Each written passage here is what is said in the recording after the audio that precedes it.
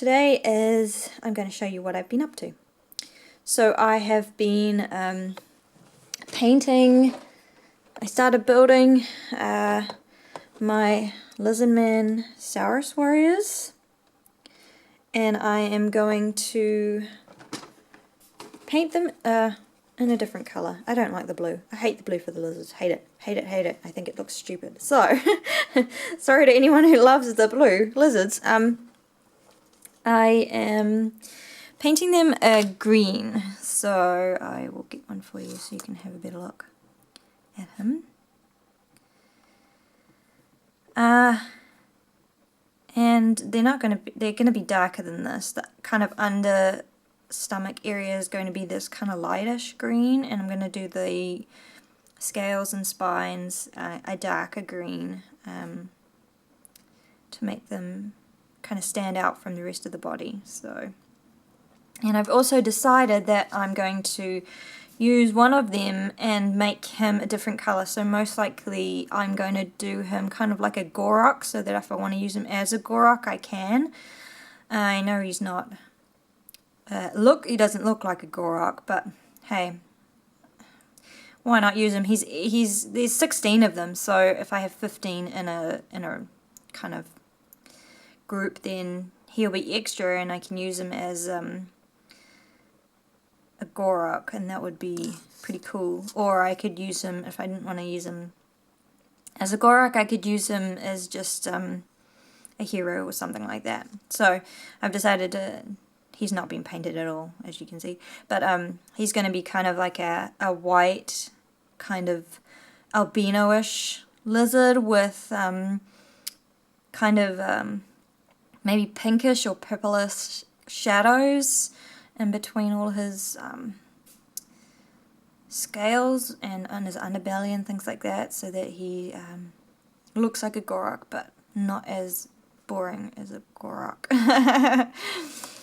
So the shields are here, and I've left one unpainted to be the Gorok's shield, and of course it doesn't look like the Gorok's shield, but that's okay.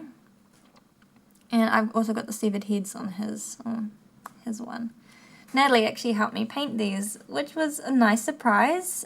She wanted to help me paint them because I got her playing Warhammer with me, and we had a lot of fun. So she wanted to get into the painting and is maybe going to get an army of her own, and that's very exciting. So I'm really excited about that. So, the other thing I wanted to talk about was how disappointed I was with the models and how the legs fit onto them, and there was just so many gaps. Let me see if I can get this in shot for you. The gap, and like a lot of them are like that. There's a lot of them that are like that, and I even shortened the little pins that go into the socket, and a lot of them just don't fit. And I suppose that if I used plastic glue it would work better, but I don't feel like I should have to do that. I'm not going to putty them or anything because of them being 16, and they're, you know, there's so many of them that I wasn't going to worry about it, but I was just really disappointed on the fit of the legs. I thought the fit of the legs should have been better, just because there's only two body shapes, and then there's two different sets of legs to fit those body shapes, so I didn't think it should be too hard to get them to fit in together. So, yeah, I was really disappointed about that. I think that they probably should have just, maybe I should have just cut the pins off altogether and glued it, you know, flat surface to flat surface, and pinned it. I don't pin my models. I don't feel like I need to at this stage. I think I'll pin some bigger ones, but not the smaller ones. I don't feel the need to do that. None of mine have come apart or broken yet, so yeah, I don't know. Has anybody else had that experience?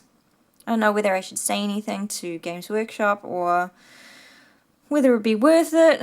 I'm going to play with them anyway. I mean, they're still cool models. I'm not going to, you know, not use them. I'm quite happy to use them. It's just disappointing. The amount of money you pay for them, and they should work, really, in my opinion.